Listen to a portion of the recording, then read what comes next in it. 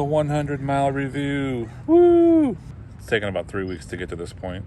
So starting from the top, the mirrors. I love them. I know they're an accessory, but I just got to go there. Love the mirrors. Gives the bike a whole different look, and it's a look that I dig. The grips. The grips are cool. They're better than the Super that I had. I do wish they came up with a cruise control for the throttle though. Twist it and then like maybe slide a button over to where it just kind of chills at 20 miles an hour or something for a while, but I can see where that would lead to a lot of lawsuits where it got stuck, someone couldn't undo it, and they crashed and died. So forget about that. Just seemed like a cool idea at the time. This is where I mount my tripod and film most of my bike footage. It's actually a pretty nice and stable place to mount. The headlight, I haven't used it a whole lot. I've done a couple of night rides. It's a pretty poor headlight, but it is a stock headlight. They do have an upgrade available, of course, but it only lights up like a, I don't know, maybe 2 foot in front and like a 2 by 2 inch square. So it's kind of ridiculous. I haven't got the basket yet because it's not in stock. The one that I want is the large one, and I plan on mounting that and then having the large pet carrier here for my Boston Terrier. So when that's available, probably weeks and weeks, who knows now with China, I'll get one of those, and then I'll be making some cool videos with the dog.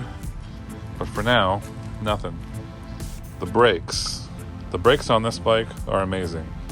Compared to my Super 73, they never squeak, they stop on a dime, and I have nothing but great things to say about these brakes. Now, the console is an add-on. Let's talk about the console. If you're going to put something in here, if it's heavy or has any sort of weight to it, like a lock, every time you go over a bump, you're going to hear it rattle around in there. So maybe put something in there to dampen it if you have something heavy in there. Otherwise, there's a lot of storage in there. It's a pretty great place to keep everything. And the drink holder, nice size drink holder. I do wish it was a little bit bigger, or maybe expandable to have larger size drinks in there. And this, we're going to call this the phone holder. It needs to be about 1 inch wider because everybody that I know has larger phones than this. So I just put my tool in here for my mirrors, my little Allen key in there, and put the little strap there to hold it in place. Plus this is the sticky pad. I don't want to put my Allen key in here because it'll just flop around, make a bunch of noise. I just keep it right here so it's always available for me to loosen or tighten up my mirrors. If I have to put the bike in the truck, I usually put the mirrors down, throw the bike in the back seat, and then when I bring it out, just tighten the mirrors again with this bad boy. I just keep it there in public, you know, if someone's gonna steal it, whatever, those things are free. It doesn't really matter. The seat, the passenger kit, which I already went over in another video, is amazing. I love the passenger kit. It comes with this seat, it comes with these foot pegs, and it also comes with some plexiglass guards for the spokes if you're riding with a passenger. This seat, if you do use the riser by itself, the stock one that comes with, not very comfortable at all. So I don't recommend that.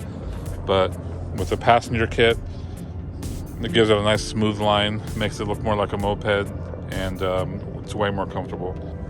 The pedals, the crank, everything down there, it's pretty well made and pretty well designed for this bike. It's easy to pedal, even for a bigger guy like myself. I have no complaints with the pedaling aspect. The kickstand, I didn't like it at first, but now I'm kind of digging it because it's kind of like an old school moped. It's pretty unique. The fenders were an upgrade, but they're kind of cool. They kind of bring the whole bike together. And if you go over water and stuff, you're gonna need some fenders. Otherwise, you're gonna have water or mud up your backside. The battery, I've had no complaints about the battery. The first 3 charges were full 12-hour charges, and they recommend that you do that so that it evens out the cells. I usually charge this bike more often than I have to.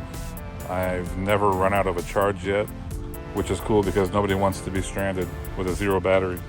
So all in all, I recommend this bike. It's a great model. I'd love to be able to go a little bit faster when I want to, maybe 25, 30 miles an hour, but that's not what this bike is all about. It's not a speedster.